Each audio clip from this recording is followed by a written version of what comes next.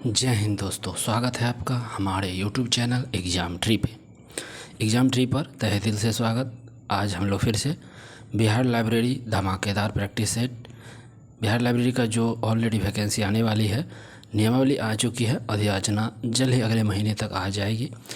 उसके मद्देनज़र हम लोग बिफोर तैयारी चालू कर चुके हैं। आज प्रैक्टिस सेट 13 होगा। 13 का पार्ट 1 50 क्वेश्चंस MCQ फॉर्मेट रामबान होने जा रहा है। पहली बार है तो सब्सक्राइब करके बेल आइकन को दबा दीजिए, लाइक शेयर जरूर ठोक के जाइएगा। कर भला हो भला, अंत तक वीडियो में बने रहना है, तभी इसका लाभ मिल पाएगा। अगर आपको PDF चाहिए तो आप हमारे टेलीग्राम चैनल को तत्काल ज्वाइन कीजिए, लिंक डिस्क्रिप्शन बॉक्स में अवेलेबल है। तमाम स्टडी रिलेटेड PDF आपको हमारे टेलीग्राम चैनल पर मिल जाएंगे, तो जल्दी से जल्दी ज्वाइन कीजिए।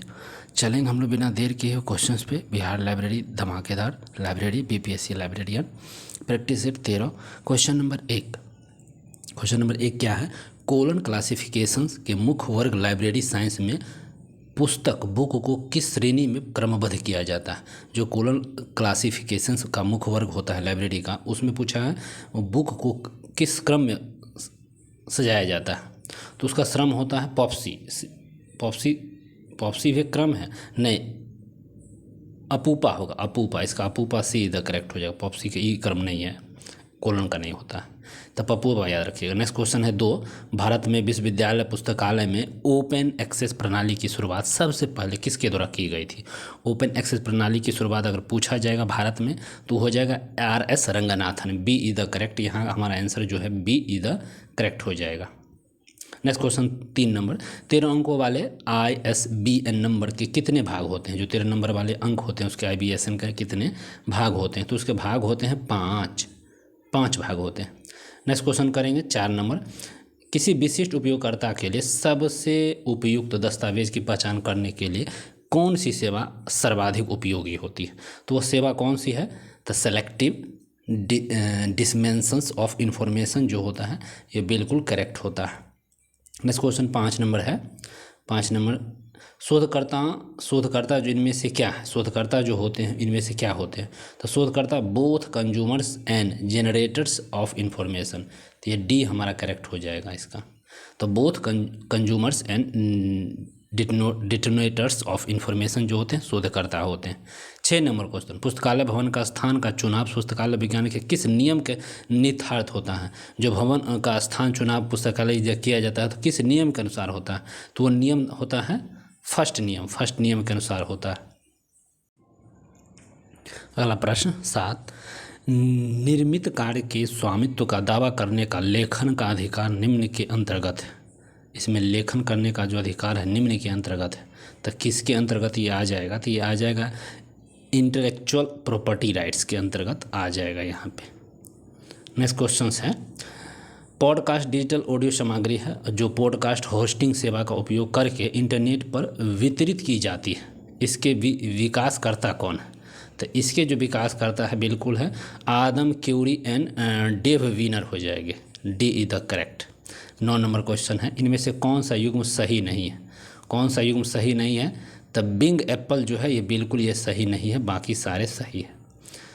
अमेजन एलेक्सा सही है, चैट GPT OpenAI सही है, और ब्राड जो है ब्राड गूगल ने किया था ये भी सही है। नेक्स्ट क्वेश्चन है 10।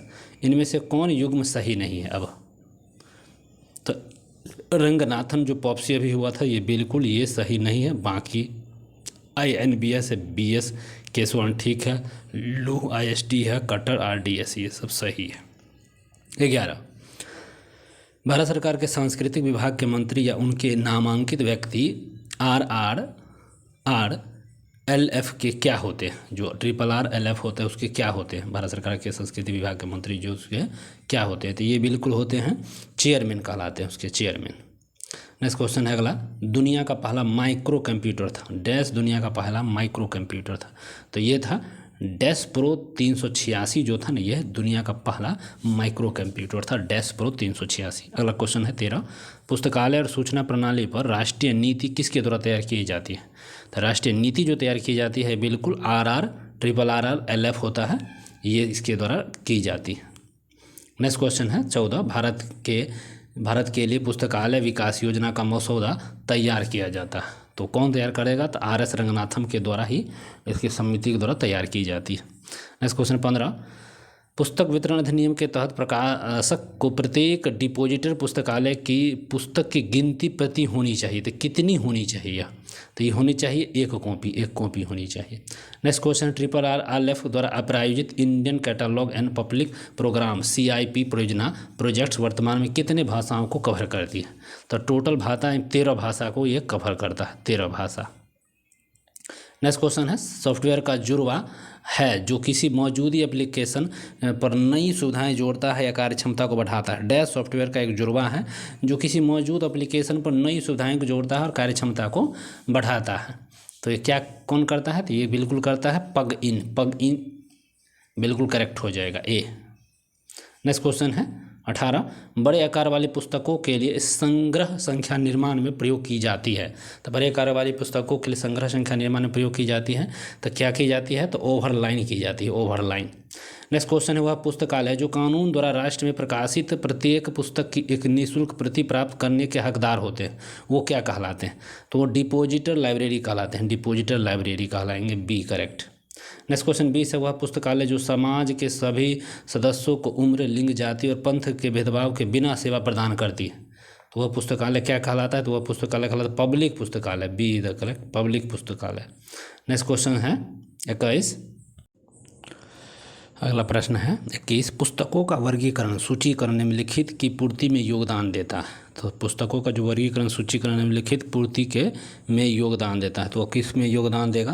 तो ये थर्ड लॉ में देगा, third law A. Next question है, ज्ञान अर्जन, संगठन और ज्ञान के उपयोग की गतिविधि को वह प्रक्रिया जिसके द्वारा मन में ज्ञान और समझ को विकसित की जाती है डैश के रूप में जाना जाता है। तो किस रूप में उसको हम जानते हैं? तो जानते हैं कैग्निएशन, B is the correct. Next question है, a study of general categories applications to classification and coding and documentation. पुस्तक के लेखक कौन है? इस पुस्तक के लेखक जो है ग्रोलियर इरिक डे, बी करेक्ट हो जाएगा यहाँ पे। नेक्स्ट क्वेश्चन, किस राज्य में सार्वजनिक पुस्तकालय अधिनियमों में पुस्तकालय उपकर का कोई प्रावधान नहीं? कोई उपकर का प्रावधान नहीं है, किस राज्य में? तो ये बिहार में कोई उपकर का प्रावधान नहीं है। नेक्स्ट क्वेश्चन, अभिलेखों पर आय और व्यय प्रवाह का व्यवस्थित रखरखाव क्या कहलाता है?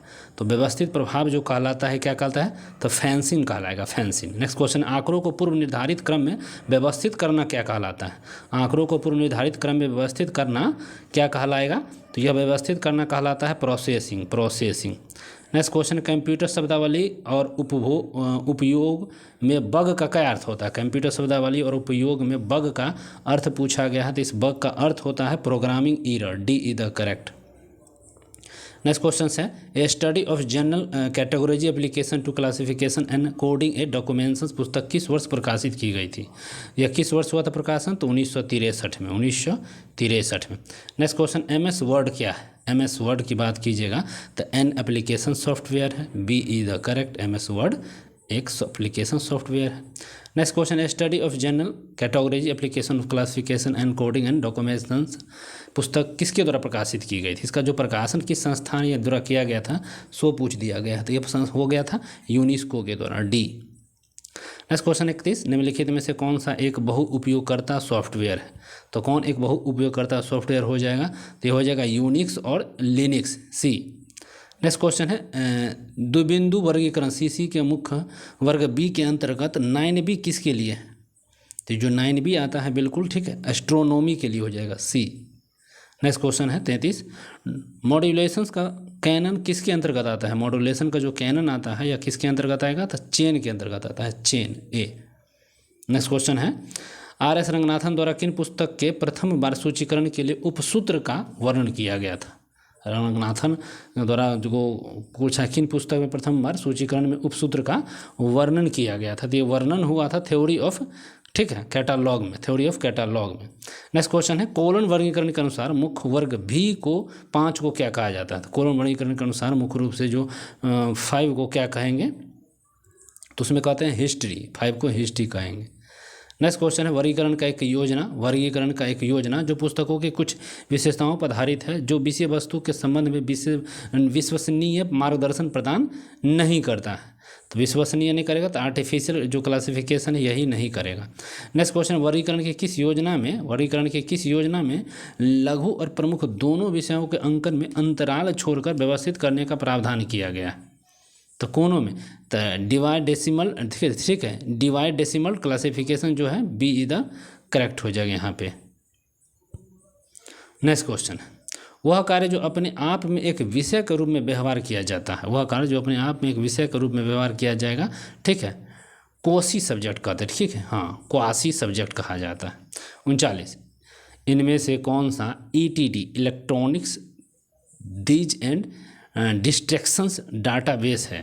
तो ETD पूछा गया इनमें से कौन, तो बिल्कुल हो जाएगा इसका ऑल ऑफ द एबव, ठीक है, तो ऑल ऑफ ये सारे हो जाएंगे, ठीक है, शिशु नदिया, विधिनाथ network, digital library, these and detection, ये सारे हो जाएंगे। नेक्स्ट क्वेश्चन, श्रीनगर जम्मू कश्मीर की जलवायु के बारे में जानने के लिए उपयुक्त संदर्भ का स्रोत क्या है? तो उपयुक्त संदर्भ का स्रोत क्या है, ठीक है, गजेटर हो जाएगा, गजेटर। नेक्स्ट क्वेश्चन है, इनमें से कौन सा कंप्यूटर प्रोग्रामिंग भाषा नहीं? बेसिक है, फोटोन है, ग्लोबल है और ISDN नहीं है, तो बी हमारा यहाँ पे 43 का नहीं होगा। नेक्स्ट क्वेश्चन है, एंट्री का ट्रैकिंग सेक्शन इनमें से क्या पहचान करने में मदद करता है? जो एंट्री का जो ट्रैकिंग सेक्शन इनमें से क्या पहचान करने, तो एडेड इंटर्स जो एडेड एंट्री जो होता है उसको हम पहचान किया जाता है इसमें। अगला क्वेश्चन, CC में प्रयोग नहीं किया जाता है, तो CCC में प्रयोग नहीं किया जाएगा, क्या नहीं किया जाएगा? तो स्पेसिफिक सब्जेक्ट एंट्री का, ठीक है, यह नहीं किया जाएगा, बी। नेक्स्ट क्वेश्चन 43, CCC में प्रयोग नहीं किया जाएगा पूछ दिया है, तो क्या नहीं किया जाएगा? नहीं, पहला तो हो ही गया था, सॉरी। ये एंट्री का ट्रैकिंग सेक्शन में क्या पहचान करने में मदद करता है? तो ये एडेड एंट्री जी, ठीक है, 42 का ए। 43 देखेंगे, CCC में प्रयोग नहीं किया जाता है, तो CCC में प्रयोग नहीं किया जाएगा। इमेजिनरी लाइन होता है बी, ये नहीं किया जाएगा, 43 का।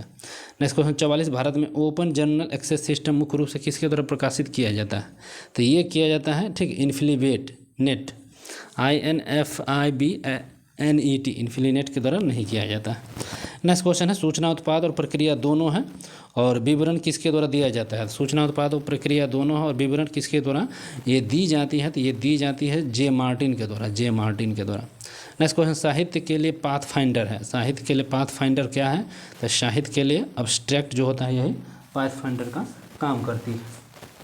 नेक्स्ट क्वेश्चन है 47, डिजिटल लाइब्रेरी फंक्शन में शामिल है, तो डिजिटल लाइब्रेरी फंक्शन में शामिल कौन हो जाएगा?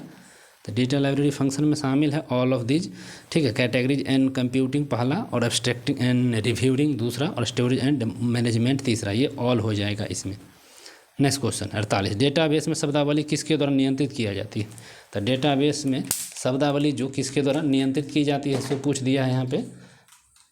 तो डेटाबेस में शब्दावली किसके द्वारा नियंत्रित की जाती है? 48 में देख लीजिए, 48 का आपका डी हो जाएगा, both standard files and authority file, D.